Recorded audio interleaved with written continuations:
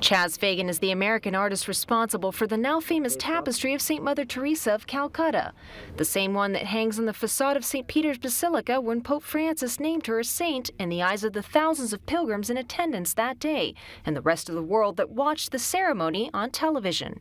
The one that I just stopped completely at was a moment that was a candid photograph in the newspapers with her and Pope John Paul II, where she's looking up to him, into his eyes obviously, but it's just, she was radiant. And so there I figured I now have my little view of what Mother Teresa must have looked like to everyone else who met her. Despite the immense popularity that the 22 by 28-inch oil-on-linen painting has amassed, it is not the first time Chaz has been in the spotlight, especially when it comes to bringing religious figures to life. Fagan is also an accomplished sculptor. A sculpture competition in Washington, D.C. facilitated him with a lifetime opportunity that would one day lead to this lifelike painting of St. Mother Teresa.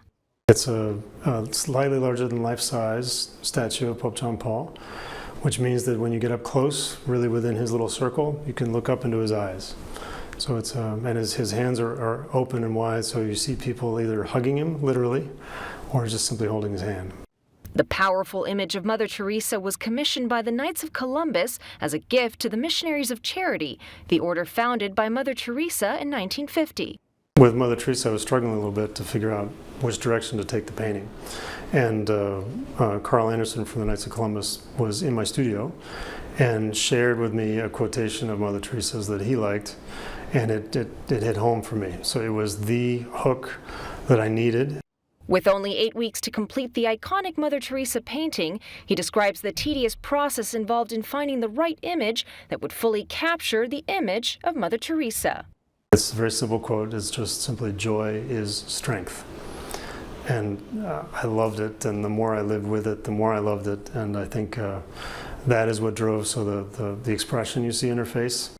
Aside from working on religious figures like St. Mother Teresa and St. John Paul II, Chaz has painted the portraits of all of the U.S. presidents and other notable historical figures.